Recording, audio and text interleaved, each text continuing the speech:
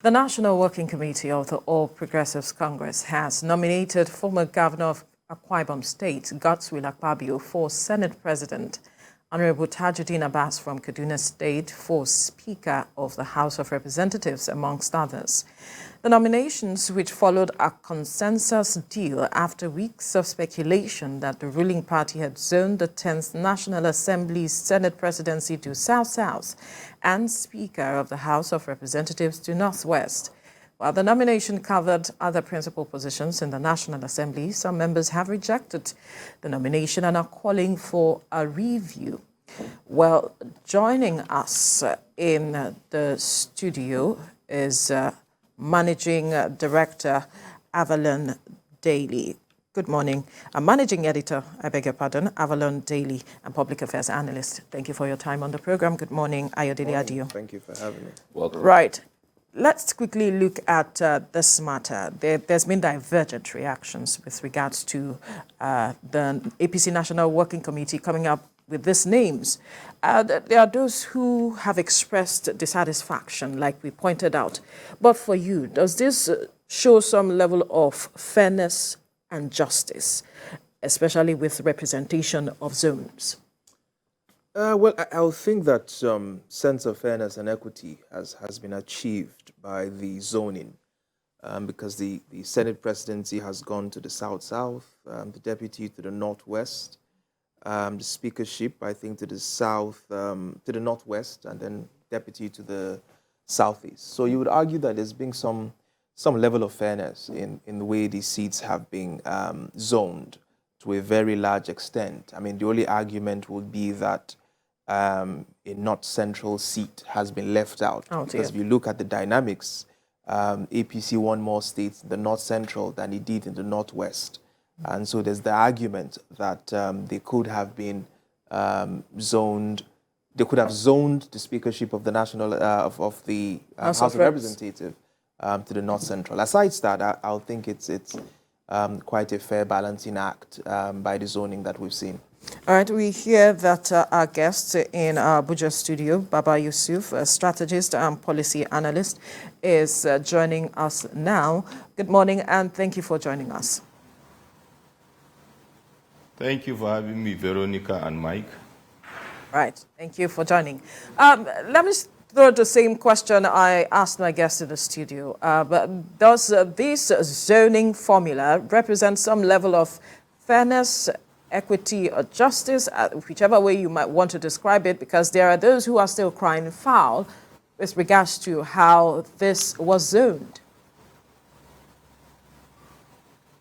Well, a sign of the time, the critical positions of the Senate President and Speaker of the House of Representatives, number 3 and number 4 in the hierarchy of the leaders of Nigeria, makes it very attractive and therefore very competitive. The National Working Committee has rolled out what I will call an interim zoning arrangement. Why I call it interim, because if you look at the second or third paragraph of the letter that we have seen, signed by Felix Modi of the National Publicity Secretary of APC, I saw where the party called on its members and leaders to continue further and better consultations.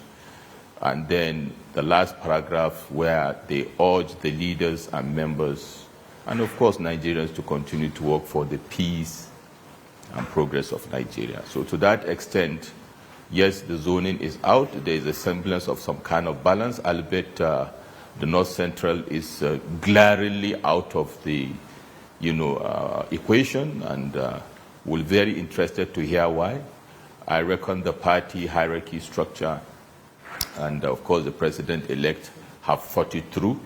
It is highly likely, without prejudice to the outcome, possibly the national chairmanship of the party may go to the North Central.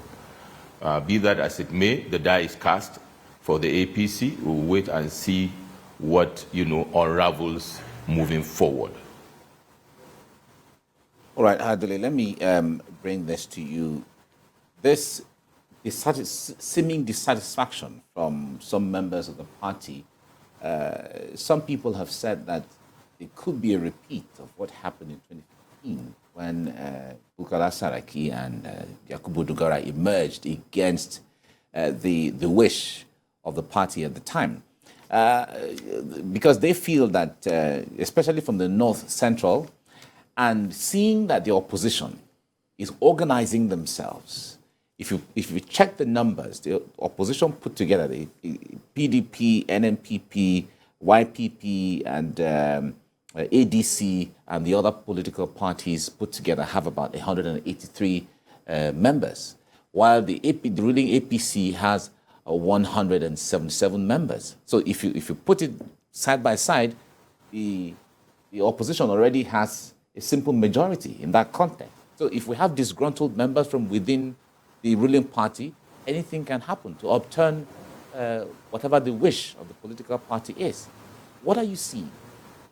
I mean, we might see a bit of Abuja House of Cards play out, especially in the House of Representatives, because like I clearly said, the APC won more states in the North Central than it did in the Northwest. And the arguments for which certain seats were being zoned to the Northwest was because the Northwest had delivered a certain amount of votes to the APC. And so it means the North Central can also hold that kind of argument. But it becomes more interesting when the numbers that you've reeled out, there's a clear majority on the opposition. And that means that, and from the statement that's been put out by the APC, it would appear that enough consultation has not been done because it's urged for wider consultations and continuous consultations until such a time where there's some sort of complete agreement on the candidates or the zoning that has been put forward. I would argue that that has not happened. And if it hasn't happened, there's a chance that a dark horse could upturn the apple cards, for the APC, especially in the House of Representatives. And I would imagine, that the hierarchy of the party will do more due diligence to ensure that it has, all its members in one camp to avoid a repeat. But one thing we must also realize is that the members of the National Assembly also have a mind of theirs. They know their colleagues. They know who has the capacity to lead, and so to some extent, I think it's also important to defer to them, albeit, there's always the argument that you want some sort of synergy between the executive and the National Assembly, and to that extent, you want some sort of influence from the president as to who emerges the speaker or the Senate president. But I would argue again that if certain things are not deferred to the members themselves and agree to a very large extent, you are likely to see some Abuja House of Cards in the House of Representatives. It will look in the Senate that is a bit settled. However, it's clear from various reports that the current Senate president is not so much in the camp, of former governor of Akwa Ibom, which is Godswill Akpabio. And of course, there are certain other elements within the Senate who are arguing vociferously that the Senate presidency should be zoned to the Northwest, to Tajudeen Abass, even though he's being offered the seat of the deputy. So it's still also tricky because even in the Senate, you have 36 members of the PDP and you have, I think, about 14 other members, which sums up to slightly about 50 members in the opposition.